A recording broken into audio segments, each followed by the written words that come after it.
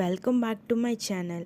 ఈరోజు చాలా ఈజీగా, చాలా టేస్టీగా, చాలా సాఫ్ట్గా నేతి బొబ్బట్లు ఎలా చేసుకోవాలో ఈ వీడియోలో చూద్దాం. ముందుగా ఒక గ్లాస్ శనగపప్పుని తీసుకోండి.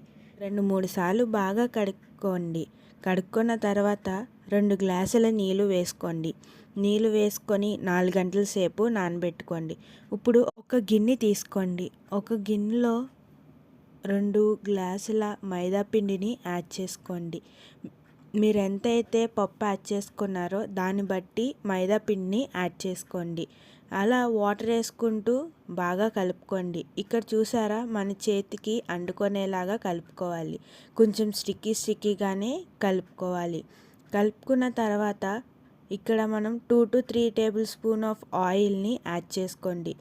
ఆయిల్ని కలుపుతూ ఆయిల్ అంతా కలిసేటట్టుగా బాగా కలుపుకోండి. ఇలా 2 to 3 minutes వరకు అలా బాగా కలుపుకోండి. నూనె అంతా బాగా కలిసేలాగా కలుపుకోండి.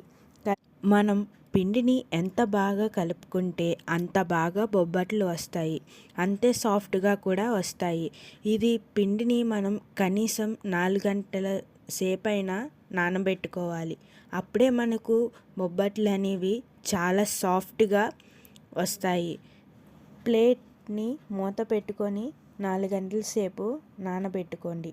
దాని తర్వాత మనం ముందుగా నానబెట్టుకొని ఉంచుకున్న శనగపప్పుని ఒక కుక్కర్లో వేయండి. కుక్కర్లో వేసిన తర్వాత 1 గ్లాస్ ఆఫ్ వాటర్ని యాడ్ చేయండి. యాడ్ చేసి 2 to 3 విజిల్స్ వచ్చేంత వరకు పప్పుని కుక్ చేయండి. ఇక్కడ చూపిస్తున్న విధానంగా పప్పు కుక్ అవుతే చాలు. ఇక్కడ చూడండి, ఇక్కడ ఇంకా చిన్న పలుకుగా ఉంది. ఈ విధంగా కుక్ చేసుకుంటే సరిపోతుంది. మరీ మెత్తగా చేసినా మనకి జారుగా అనేది అయిపోతుంది. ఇక్కడ చూసారు కదా, ఇలా ఈ పలుకు ఉన్న విధానంగా ఉడికించుకోండి. మనం ఏ గ్లాస్తో అయితే శనగపప్పు తీసుకున్నామో ఆ గ్లాస్తోనే బెల్లాన్ని తీసుకోండి. ఇక్కడ నేనైతే గ్లాసున్నర బెల్లాన్ని తీసుకుంటున్నాను. గ్లాసున్నర బెల్లానికి అర గ్లాస్ వాటర్ని యాడ్ చేసుకోండి. యాడ్ చేసుకున్న తర్వాత మొత్తం బెల్లం అంతా కరిగిపోయేలా చేసుకోండి. కరిగిన తర్వాత ఇక్కడ బాగా 2-3 సార్లు గరిటెతో కలుపుకోండి. ఇక్కడ కొంచెం బెల్లం తీసుకొని ఒక ప్లేట్ నీళ్ళలో వేసుకొని ఇక్కడ చూపిస్తున్న విధానంగా చేసుకోండి. ఇలా కొంచెం బెల్లం అనేది జారుడుగా వస్తే సరిపోతుంది. ఇది మనకి కరెక్ట్గా పాకానికి సరిపోతుంది. మనం ముందుగా చేసి పెట్టుకున్న శనగపప్పుని ఇందులో యాడ్ చేసుకోండి. యాడ్ చేసుకుంటూ అలా కలుపుకుంటూ ఉండండి. ఇలా 2 to 3 minutes వరకు బాగా మిక్స్ చేసుకోండి. మనకి పప్పు వేయగానే కొంచెం జారుగా అవుతుంది. అలా 2-3 సార్లు కొంతసేపటికి పప్పు అనేది దగ్గరగా అవుతుంది. దగ్గరగా అయిన తర్వాత ఒక స్పూన్ నెయ్యిని యాడ్ చేసుకోండి. నెయ్యి వేసుకున్న తర్వాత ఒకసారి బాగా కలుపుకోండి. కలుపుకున్న తర్వాత 1/2 టీ స్పూన్ ఇలాచీ పౌడర్ని కూడా యాడ్ చేసుకోండి. ఇలాచీ పౌడర్ లేకపోతే 2 ఇలాచీలని కూడా యాడ్ చేసుకోండి. చూసారా, ఇక్కడ చూపిస్తున్న విధానంగా వస్తే సరిపోతుంది. ఇప్పుడు స్టవ్ ఆఫ్ చేసుకోండి. కొంచెం సేపు చల్లారనివ్వండి. చల్లారిన తర్వాత మనకి పూర్ణం అనేది గట్టిపడుతుంది. కాబట్టి ఇలా ఉన్నప్పుడే దించుకోండి. ఇక్కడ చూపిస్తున్న విధానంగా చిన్న సైజులో ఉండలు అనేవి చేసుకోండి. మీకు నచ్చిన సైజులో ఉండలు చేసుకోవచ్చు. నేను ఇక్కడైతే చిన్న సైజులోనే చేసుకుంటున్నాను. ఇలా మొత్తం అన్ని ఉండలు ముందుగానే చేసి పెట్టుకోండి. ఇప్పుడు ఒక పాలిథిన్ కవర్ లేదా బటర్ పేపర్ లేదా ఆయిల్ ప్యాకెట్ని కూడా తీసుకోవచ్చు. ఇప్పుడు ఆ పాలిథిన్ కవర్కి ఆయిల్ని అప్లై చేసుకోండి. ఆయిల్ అప్లై చేసుకున్న తర్వాత మనం ముందుగా 4 గంటల సేపు నానబెట్టిన పిండిని మనం ఎంత ఉండైతే చేసుకున్నామో అంతే సైజులో పిండి చేసుకోండి. మనం చేసి పెట్టుకున్న ఉండని ఆ పిండి మధ్యలో పెట్టుకుంటూ స్లోగా మొత్తం పూర్ణం కనబడకుండా మొత్తం క్లోజ్ చేసుకోండి. ఎక్సెస్ పిండి ఏమైనా ఉంటే తీసేసుకోండి.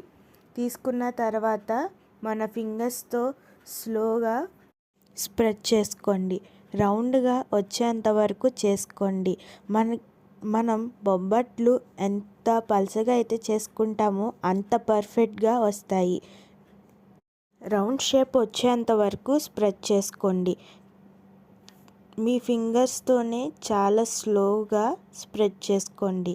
ఇలా స్ప్రెడ్ చేసుకున్న బొబ్బట్ని స్లోగా పేపర్ నుండి రిమూవ్ చేసి ప్యాన్ మీద వేసుకోండి. మన చేతితోని ఒకసారి మొత్తం బొబ్బట్ని అడ్జస్ట్ చేసుకోండి. అడ్జస్ట్ చేసుకున్న తర్వాత నెయ్యిని యాడ్ చేసుకోండి. కొంచెం బొబ్బట్టు ఒక సైడ్ కాలిన తర్వాత ఇంకో సైడ్ తిప్పుకోండి. మళ్ళీ ఇంకో స్పూన్ నెయ్యి వేసుకొని బాగా కాల్చుకోండి. మీరు ఈ బొబ్బట్లో ఎంత నెయ్యి వేసి కాల్చుకుంటే మీకు అంత టేస్టీగా వస్తాయి. ఇక్కడ చూపిస్తున్న విధానంగా 2 సైడ్స్ కూడా నెయ్యి వేసుకొని బాగా కాల్చుకోండి. మరీ ఎక్కువగా కాల్చుకోకండి, మళ్ళీ గట్టిగా వచ్చేస్తాయి. ఇక్కడ చూపిస్తున్న విధానంగా లైట్గా కాల్చుకుంటే సరిపోతుంది. ఇలాగా అన్ని బొబ్బట్లను కూడా చేసుకోండి. ఇక్కడ చూపిస్తున్న విధానంగా అన్ని బొబ్బట్లని చేసుకోండి. ఇలాగే కొంచెం నెయ్యి యాడ్ చేసుకో. ఒక సైడ్ కాలిన తర్వాత ఇంకో సైడ్ తిప్పుకుంటూ అలా 2 సైడ్స్ బాగా కాలనివ్వండి. బాగా కాలనిచ్చిన తర్వాత నెయ్యిని యాడ్ చేసుకోండి. మీరు ఎంత నెయ్యి అయితే యాడ్ చేసుకుంటారో అంతే టేస్టీగా, అంతే సాఫ్ట్గా మన బొబ్బట్లు అనేవి వస్తాయి.